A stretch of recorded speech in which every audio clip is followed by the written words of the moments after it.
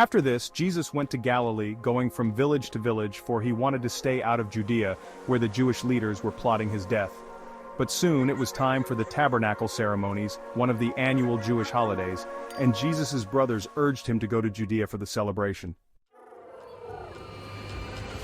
Go where more people can see your miracles. You can't be famous when you hide like this. If you're so great, prove it to the world.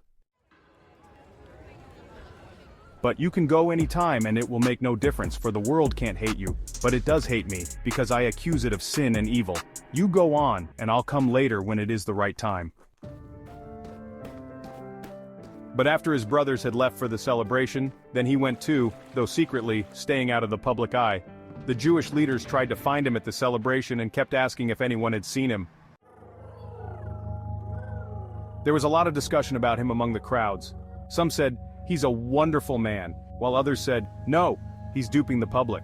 But no one had the courage to speak out for him in public, for fear of reprisals from the Jewish leaders. Then midway through the festival, Jesus went up to the temple and preached openly. The Jewish leaders wondered, how can he know so much when he's never been to our schools? Jesus said, "I'm not teaching you my own thoughts, but those of God who sent me. If any of you really determines to do God's will, then you will certainly know whether my teaching is from God or is merely my own. Anyone presenting his own ideas is looking for praise for himself, but anyone seeking to honor the one who sent him is a good and true person. None of you obeys the laws of Moses, so why pick on me for breaking them?" You're out of your mind. Who's trying to kill you? I worked on the Sabbath by healing a man, and you were surprised. But you work on the Sabbath too, whenever you obey Moses' law of circumcision.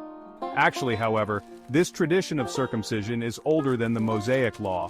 For if the correct time for circumcising your children falls on the Sabbath, you go ahead and do it, as you should.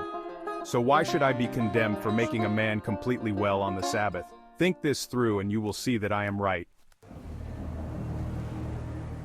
Isn't this the man they are trying to kill? But here he is, preaching in public, and they say nothing to him. Can it be that our leaders have learned after all that he really is the Messiah? But how could he be? For we know where this man was born.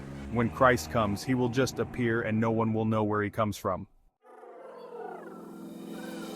If anyone is thirsty, let him come to me and drink.